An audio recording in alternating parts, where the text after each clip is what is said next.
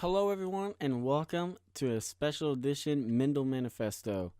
And the focus on this episode, no surprise, it's going to be the NCAA men's basketball tournament. Um, First off, I want to start as no surprise. Duke is the number one seed. They're the best team in the nation with Zion. But if anything were to happen to Zion, say injury, foul trouble, anything, Duke is not the best team in the country, and Zion's just the difference maker. But I do think Gonzaga deserved to be the second overall seed, just because they're the only team that's truly been able to beat Duke at full strength. Michigan State should feel disrespected by the committee. You win the Big Ten championship, and then what? You get put in the bracket with the hardest one seed when Michigan State should be considered even possibly a number one seed, but they did lose to Indiana twice this season, so I could see why they weren't a one seed. So I'm going to start with the play-in games, which actually are starting in about half an hour from when I'm recording this podcast. And my first complaint with play-in games is that those should be games for the teams on the bubble. They shouldn't really be for these conference champions because they're not really considered in the tournament. You're considered the first four and not the first round. And the teams that play in the first four are usually your smaller conference champions, and they deserve in the tournament. That's what they win. You win the automatic bid to the tournament, not a play-in game, so you have to qualify after qualifying. I think the play-in games should all be 16 seeds, and these should be the teams that won at-large bids. I know a lot of people would complain because the number one seeds should have an easy game, but you're going to be playing a team that had 2 days to 1.5 days, depending on time and all that, but they have a shorter rest, and they won an at-large bid, so they're not as good as the one seed.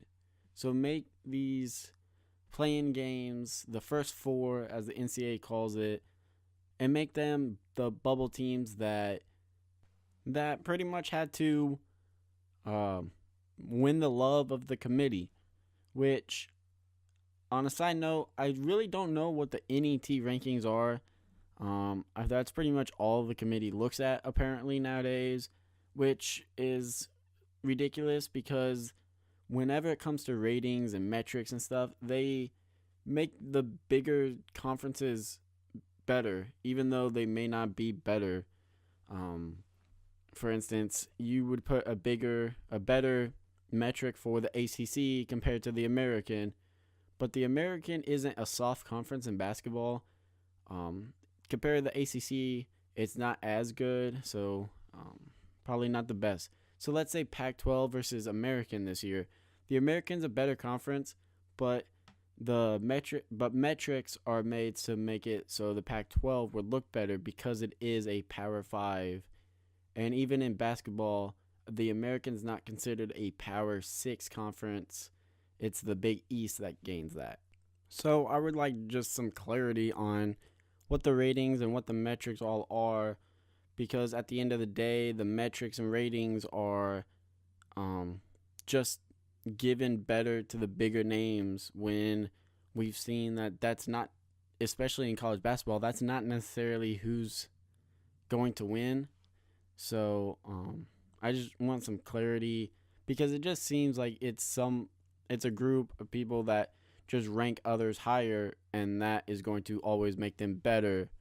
But as we've seen, like the bigger names like Indiana this year are not going to be as good and not going to have good seasons.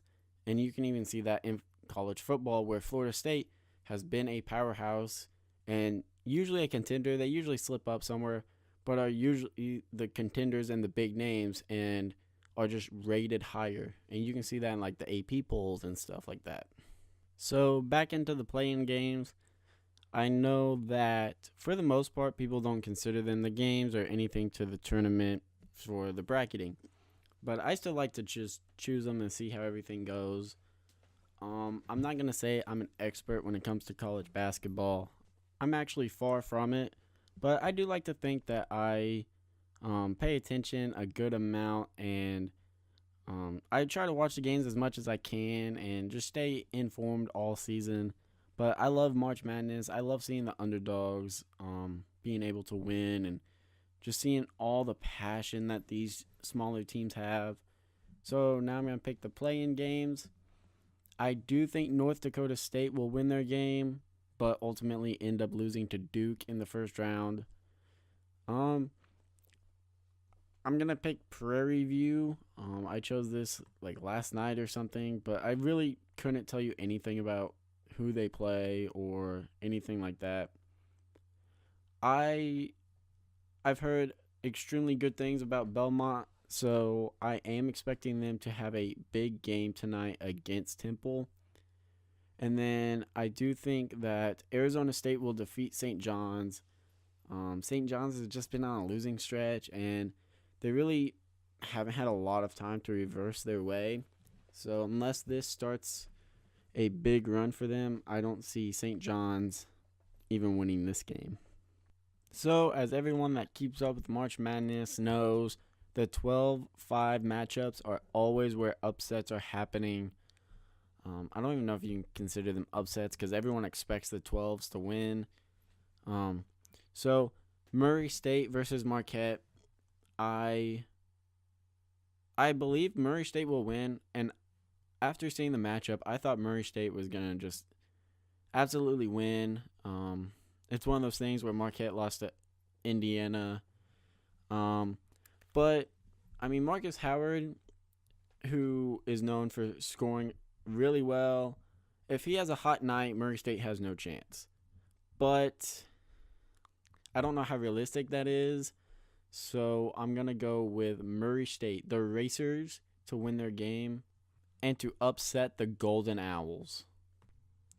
So Liberty as a 12 seed, I have to say that Liberty sponsors William Byron, one of my favorite NASCAR drivers. So my heart says to go with the Flames. But my mind is too smart for that. I'm going to pick the Bulldogs of Mississippi State, who have played well and defeated every non-conference team that is currently in the tournament that they played in the regular season besides Arizona State. And I don't know, and I am expecting Arizona State to make it to the tournament, but I'm not sure if they're going to win their first 4 game. So I'll have to go against my heart and say Hail State. Wisconsin has too many veterans that have made it to the Final Four before. Oregon had to win their conference tournament to even get into the tournament. So I do not see the Ducks even having a chance at the defeating the Badgers. And Auburn, I feel like the Auburn Tigers will be out to prove that the committee wrongfully ranked them.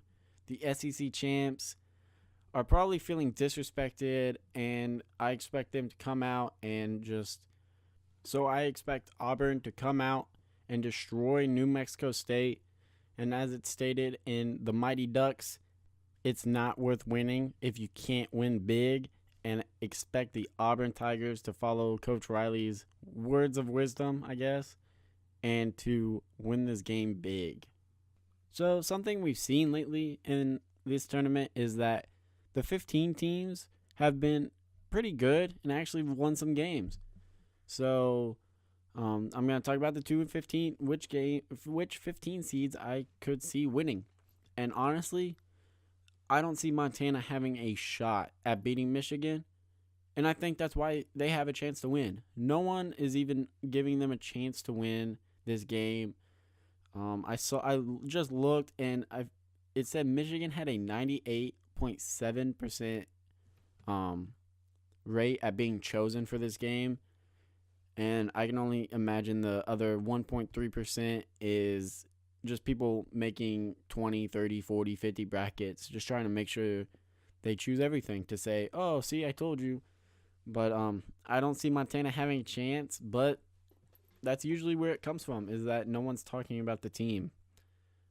I also don't see Kentucky or Tennessee having a reason to lose. They were heartbroken about not winning the SEC, so they may not be focused on that and may have their heads down, and that is the only way I could see them losing. I also don't see the Big Ten champion Spartans losing. Bradley may have been able to win a 15-2 matchup, but not against Michigan State. I think if they were in another bracket, I could see it, but not against the Spartans. So now I'm going to talk about the upsets I could see happening. I could see Belmont making it past the first weekend, but that means they'd have to win 3 games, and I don't know how fit, how much Belmont could actually take as a team.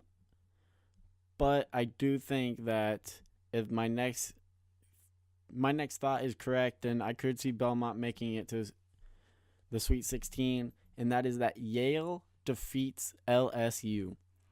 LSU is just going through a lot of turmoil. They don't have their coach. You don't know really where the heads are of the players or the coaching staff or anything. So I think that Yale, being a veteran-led team, a team that's won in the tournament, the Ivy League school team usually gets at least 1 win in the tournament. So expect the Yale Bulldogs to defeat the Tigers of LSU. So in recent years, 7 seeds or even some higher seeds have been very prominent in the Final Four. And my dark horse is Wofford to make it to at least win a few games. I say this because they are the higher seed, but everyone, it seems, that is choosing Seton Hall. So I expect the Terriers to at least win their first game and possibly make a run.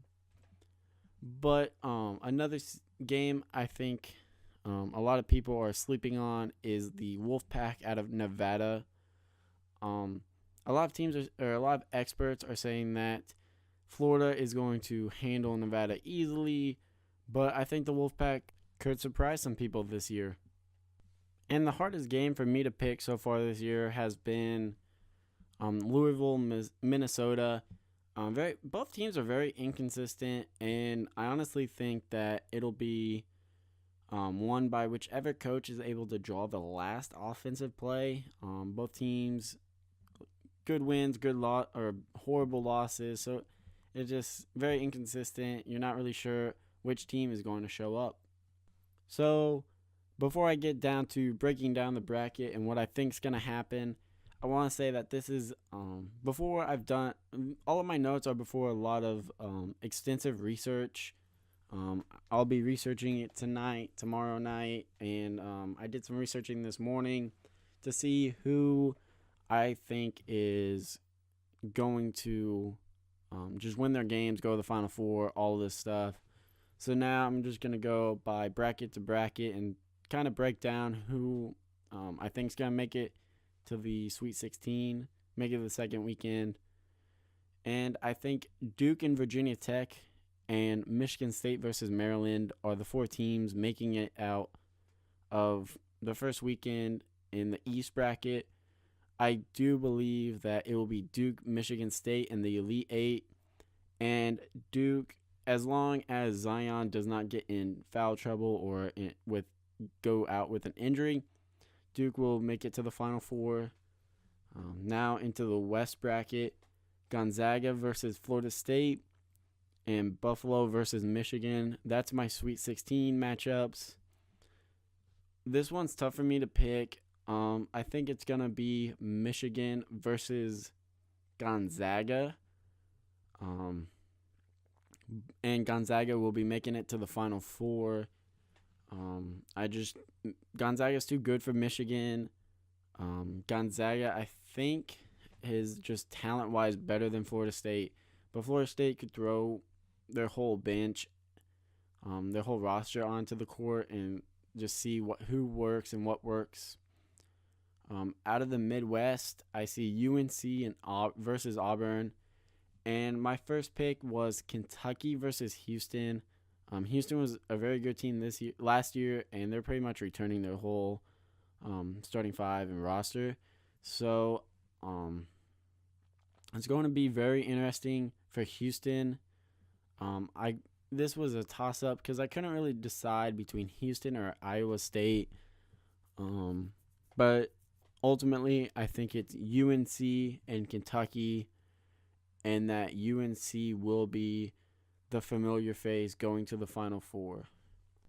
And out of the South bracket, I see it as Villanova versus Tennessee.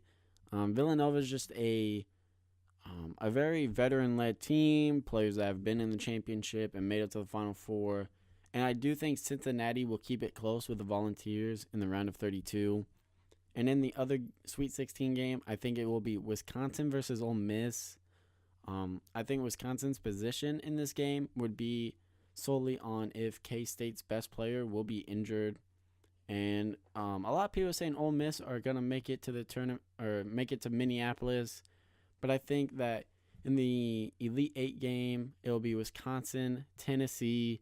And although it's not a Pat Summitt-led team, you will see the Volunteers in the Final Four. So now my predictions for the Final Four. As I said, I think it will be Duke beating Michigan State, and I still don't know who to pick. I'm gonna say Gonzaga, but I could see Florida State winning their bracket. And either way, I think the winner of the Gonzaga and Florida State game will be making it to the national championship, and they will be defeating Duke. And in the other semifinal, I think it will be Tennessee defeating UNC for the second spot in the national championship. And I think that I'm going to go along with this, the toss-up. I think the winner of the Gonzaga-Florida State game will be the winner of the national championship. So I do think it will be Gonzaga, but I think the winner of that game will play the Tennessee Volunteers very close, and will come out winners. So whether it's the Zags or the Seminoles, that is my pick for the national champion. So now I'm going to talk about the women's NCAA tournament. I'm not as in depth in with this tournament or the teams or anything. So I'm just going to run down who I think will make it Sweet 16, Elite 8 level, and kind of who I expect to be in the Final Four.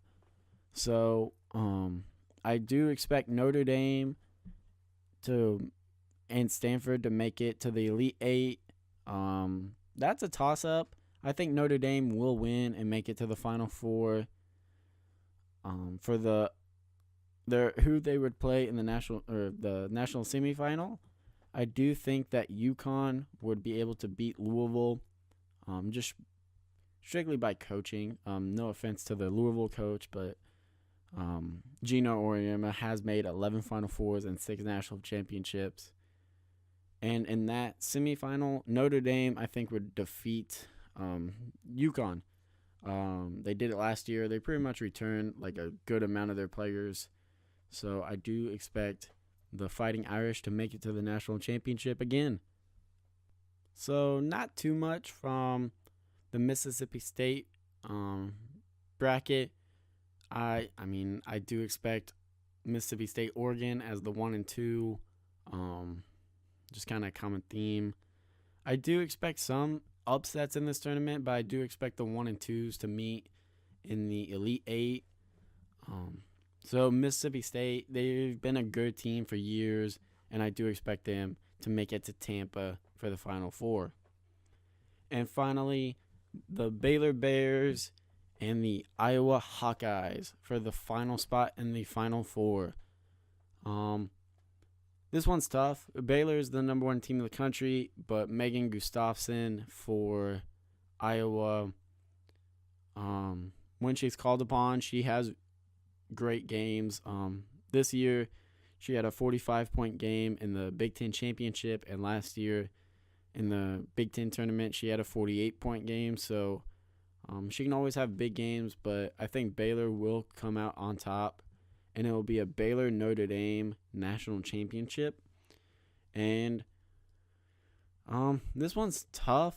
Because Notre Dame, again, like, they're returning most of their players on a national championship team, but Baylor's been the number one team for the last month or so. But so I've got to go with the school I'm going to grad school with, and I'm going to say the Baylor Bears win the national championship. But again, I think that's just a toss-up. So that weekend will be interesting to watch.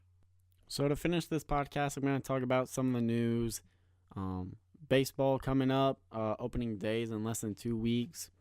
So this morning, not Bryce Harper, Mike Trout actually signed a 12-year, $430 million contract with the Angels, which really stinks because unless he comes and plays the Boston Red Sox, I will never get to see him at a reasonable hour. And that sucks. He's the best player. He reminds me a lot of Wayne Gretzky in hockey, where Mike Trout's just been dominant. He's been top 5 of MVP voting ever since his rookie year. And that's just that's a player you want to watch. Other deals, Bryce Harper and Manny Machado. Machado's going to the Padres, so I don't expect them to win anytime soon.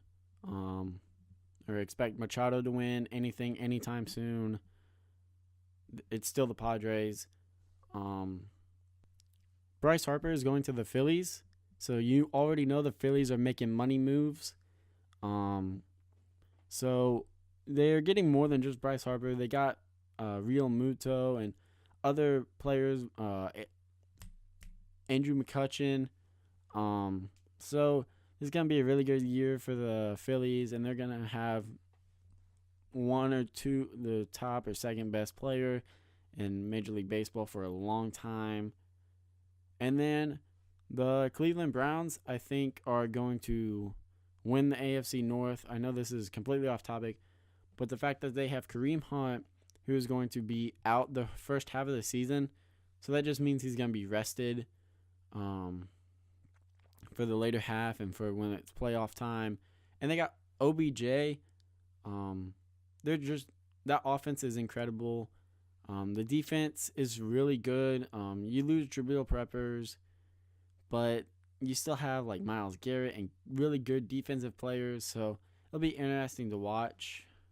So this has been another chapter of the Mendel Manifesto. Please comment, like, and subscribe. And let me know in the comment section or on Twitter at Mendel Manifesto what your bracket looks like, how we're similar, how we're different, and who you think will be cutting down the nets. And as always, thank you for listening.